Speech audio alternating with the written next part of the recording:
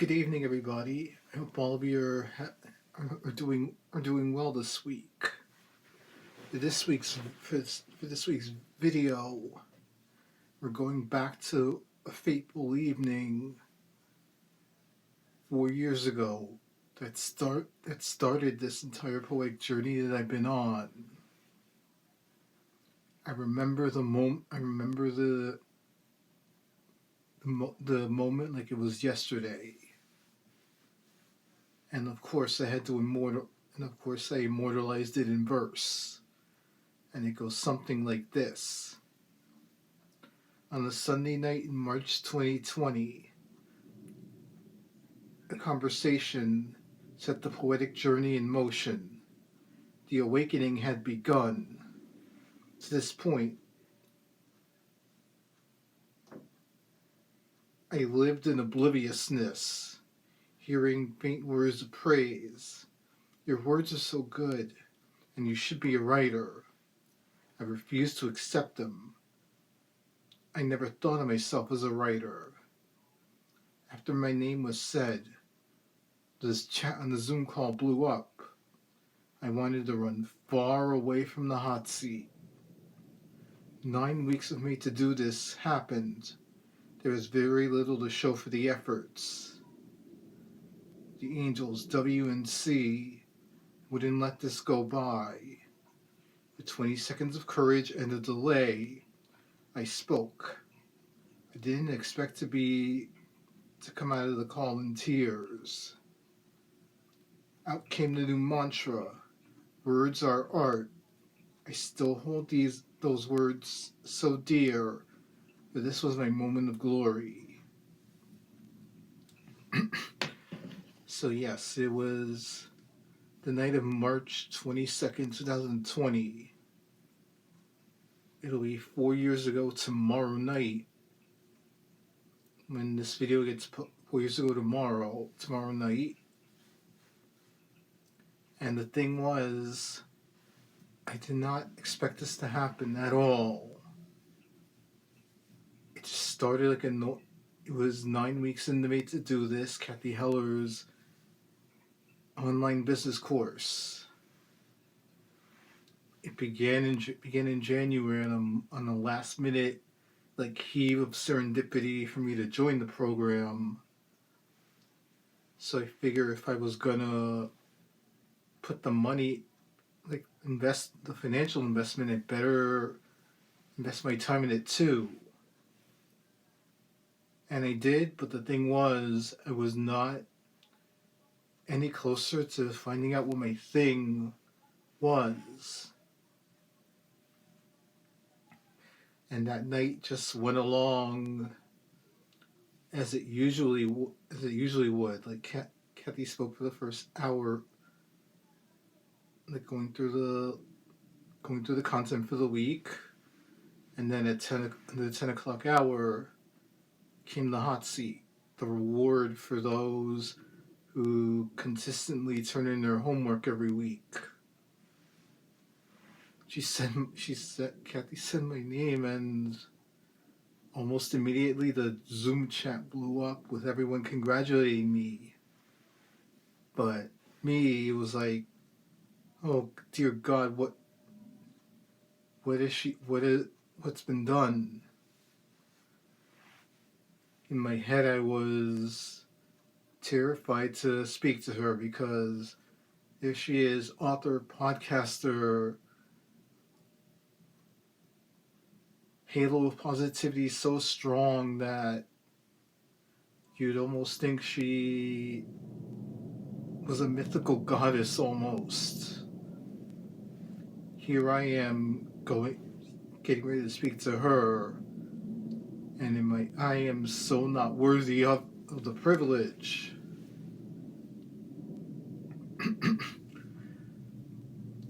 And thankfully, a technical delay held off me having to speak to Cathy for at least 15 to 20 minutes, because I wanted to run out of there as fast as I could. If not for not from my friends and colleagues, Wendy and Sherry, both simultaneously messaging me as all this was going on, reminding me that Cathy called your name. But I was terrified. I feared that I was going to embarrass myself in front of Cathy and in front of everybody. I didn't know what to say, but I figured I put in all the effort. I don't have anything to lose by not taking the conversation on. And so it went. Like I mentioned, like she even read one of my poems from my Instagram feed into the call, which that sense of validation for my writing, that's what I've been looking for so long.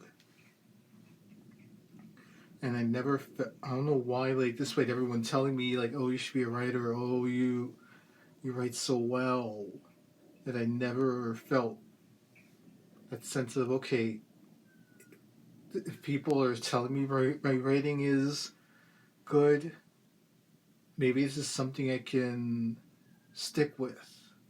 No, like, my inner critic, like, kept reminding me, like, Oswald, like, they're your friends.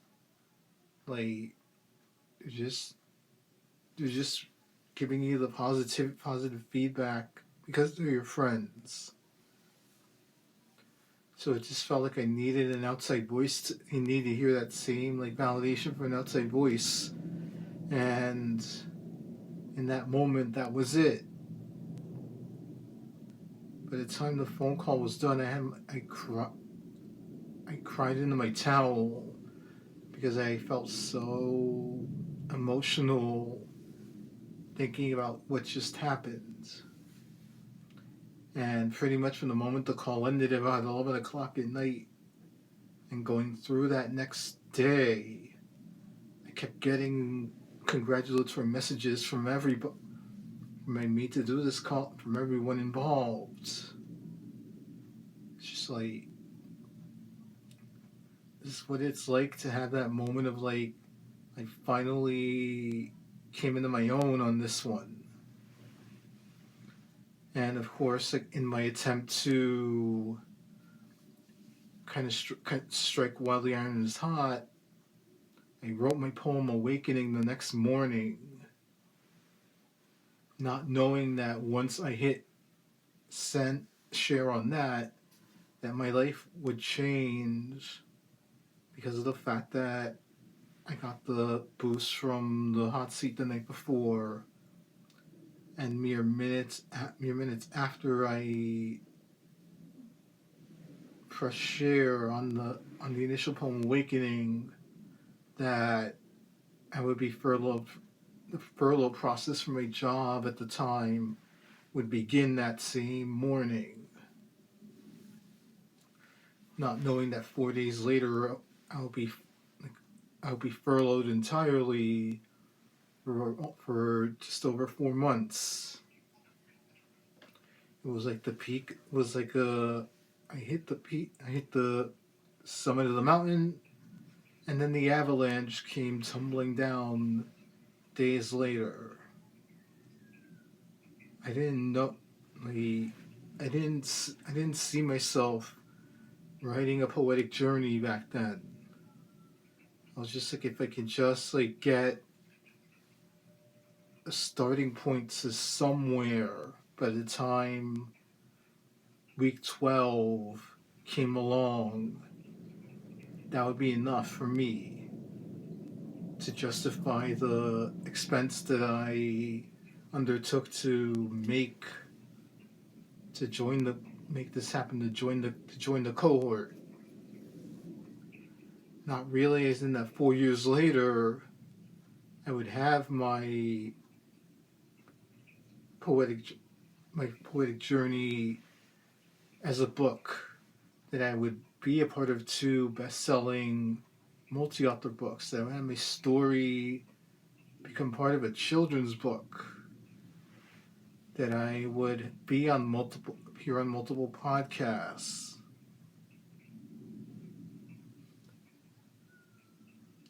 that I would be reading my poems to an audience almost every week, to being on Swell, TikTok, YouTube, to having all that.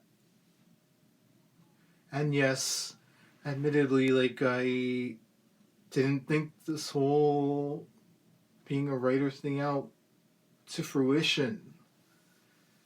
There, like, I didn't foresee that I would be able to have the chance to write more than one poetry book.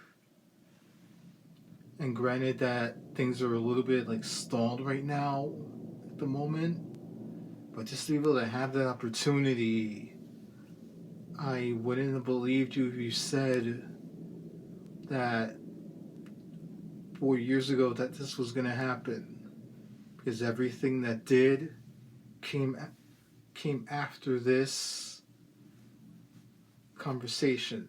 The fact that this conversation by itself would become would be part of an episode of Cathy's podcast, that I would appear again on Cathy's podcast later in the same year. It just seems like so crazy to me that all this happened after this conversation took place. It blows my mind that every year. That's why it keeps coming up every year on this day. I look back on it fondly. Sure, I don't listen to the episode of the podcast anymore like I used to do in the first year or two. But the memories from that fateful evening still ring true all these years later. And it'll be my Al Bundy, I've scored 4 touchdowns in a single game. It'll be my Bruce Springsteen's glory days, all wrapped up in one moment. At least for now. Like, who knows where things will go in due time. But I'll never forget this particular moment. I'm grateful to Cathy, to the ends of the earth, for having this conversation. Because who knows where my life would be had that 20 seconds of courage not been used that night. I'm grateful that I didn't run away from this moment either. I'm grateful to Wendy and Sherry for keeping reeling me in to do this. I'm thankful to Christine Eller for interjecting in the middle of our conversation for that extra dose of that extra moment of courage given through her words and the block print that she made for me. And I'm thankful that I listened to the signs that January that told me do this. It was one of those decisions that I will always look back on fondly for as long as I live. Well, everyone, that's it for this week's video. I know I've gone way longer than I usually do with these videos, but this particular day moment is a special one to me. I hope all of you have a wonderful rest of your week, and we'll talk again next week. Good night, everybody.